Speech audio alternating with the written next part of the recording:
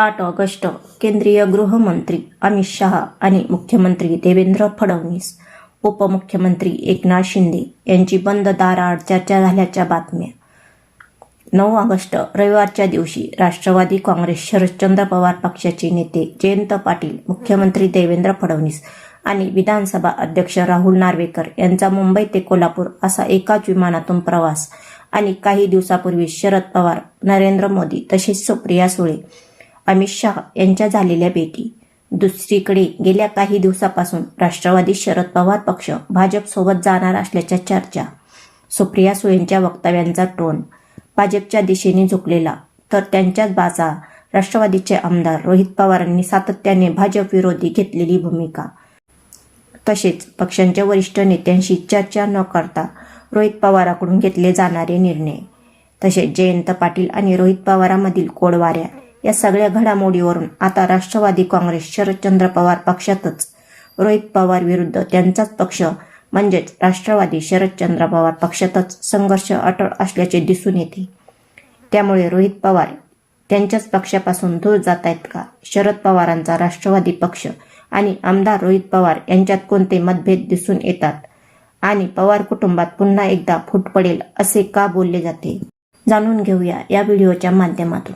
नमस्कार, तुम्ही पाहताय सत्यवाणी न्यूज. गेल्या काही आठवड्यामध्ये महाराष्ट्राच्या राजकारणात एकोपाठ एक अशा घडामोडी घडल्या आहेत, ज्यामुळे राष्ट्रवादी काँग्रेस शरदचंद्र पवार पक्ष आणि भाजप यांच्यात जवळीक वाढत असल्याच्या चर्चांना बळ मिळाले आहे. साधारण 3 आठवड्यापूर्वी शरद पवार आणि सुप्रिया सुळे यांनी संसद भवनात पंतप्रधान नरेंद्र मोदी यांची भेट घेतली. या भेटीत शरद पवार यांनी दिल्लीत सुरू असलेल्या आंदोलनाबाबत चर्चा झाल्याचे बोलले गेले. या भेटीनंतर सुप्रिया सुळे यांनी 2 वेळा केंद्रीय गृहमंत्री अमित शहा यांची भेट घेतली आणि आता 8 आणि 9 ऑगस्ट रोजी घडलेल्या 2 घटनांनी या चर्चांना आणखी बळ दिले. 8 ऑगस्टला मुंबईत अमित शहा आणि देवेंद्र फडणवीस यांच्यात बंद दाराआड बैठक झाल्याचे बोलले जाते आणि दुसऱ्याच दिवशी 9 ऑगस्टला जयंत पाटील, देवेंद्र फडणवीस आणि राहुल नार्वेकर यांनी मुंबई ते कोल्हापूर एकाच विमानाने प्रवास केला. पण या प्रवासाकडे राजकीय वर्तुळात केवळ योगायोग म्हणून पाहिले जात नाही. याआधी जयंत पाटील यांनी फडणवीसांची भेट घेतल्यानंतर उपमुख्यमंत्री एकनाथ शिंदे यांच्या नंदनवन बंगल्यावर जाऊन त्यांच्याशी चर्चा केली होती. या बैठकीला पक्षाचे आमदार जितेंद्र आव्हाड हे देखील उपस्थित होते. आता या सगळ्या घडामोडीवरून राष्ट्रवादी काँग्रेस शरदचंद्र पवार पक्ष एनडीएच्या दिशेने वाटचाल करीत असल्याचे बोलले जाते. मात्र हे सगळे तर्कवितर्क सुरू असताना याच पक्षाचे कर्जत जामखेडचे आमदार रोहित पवार वेगळा सूर लावत आहेत. भाजपसोबत युतीची शक्यता त्यांनी वारंवार स्पष्टपणे फेटाळून लावली. मतदारसंघ पुनर्रचना विधेयक हे देशहिताचे नाही असे म्हणत त्यांनी या विधेयकावरून थेट केंद्र सरकारवर वारंवार टीका केली आहे. जर पक्षाने एनडीए सोबत जाण्याचा निर्णय घेतला तर मी वेगळा मार्ग निवडेन, पण भाजपसोबत जाणार नाही अशी भूमिका रोहित पवारांनी माध्यमांशी बोलताना याआधीच घेतलेली आहे. यावरून राष्ट्रवादी शरदचंद्र पवार पक्षांतर्गत 2 मतप्रवाह असल्याचे स्पष्ट झाले आहे. पण रविवारी 9 ऑगस्ट रोजीच रोहित पवारांनी अजित पवारांच्या राष्ट्रवादी गटावरही निशाणा साधला. भाजपच्या विरोधात भूमिका घेण्याचे धाडस दाखवत असतील तर सत्तेतून बाहेर पडण्याचे धाडस दाखवावे असा टोला त्यांनी लगावला. यावरून पक्षांतर्गत आणि दोन्ही राष्ट्रवादी गटामधील मतभेद अजून मिटले नसल्याचे दिसून येते. त्यामुळे दोन्ही राष्ट्रवादी एक झाल्यानंतरच एनडीएचा मार्ग मोकळा करू या भाजपच्या अटीवर आता भाजपानेच पाणी सोडल्याचे दिसून येते. दिल्लीत संसदेचे अधिवेशन सुरू आहे. हे अधिवेशन 13 ऑगस्टपर्यंत चालणार आहे. पण भाजप शेवटच्या 3 दिवसात डिलिमिटेशन बिल आणणार असल्याचे बोलले जाते आणि हे बिल मंजूर करण्यासाठी भाजपला हवे स्पष्ट बहुमत आणि यासाठीच भाजपाने खासदारांची जुळवाजुळव सुरू केली आहे. आम आदमी पक्षाचे 7, त्यानंतर तृणमूल काँग्रेसचे 20 आणि ठाकरेंचे 6 खासदार भाजपच्या मित्रपक्षात सामील झाले. त्यामुळे एनडीएचे संसदेमधील संख्याबळ वाढले आहे.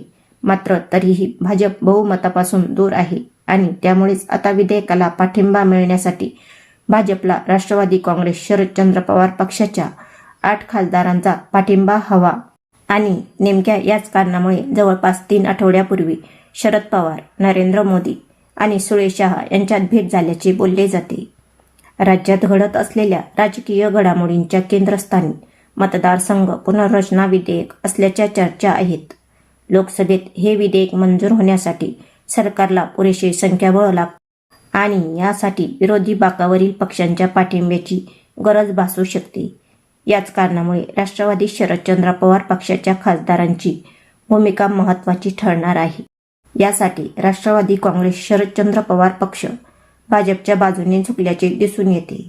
पण याच पक्षातले आमदार रोहित पवार मात्र या विधेयकाबाबत पक्षविरोधी भूमिका घेताना दिसून येतात. रविवारी माध्यमांशी बोलताना राष्ट्रवादीचे प्रदेशाध्यक्ष शशिकांत शिंदे यांनी डिलिमिटेशनवर आमचा पक्ष चर्चा करायला तयार असल्याचे म्हणत पक्षाची भूमिका स्पष्ट केली आहे. तर रोहित पवारांनी मात्र आमचे खासदार डिलिमिटेशनच्या विरुद्ध मतदान करतील असा आपल्याच पक्षाच्या विरोधात सूर आवाळला.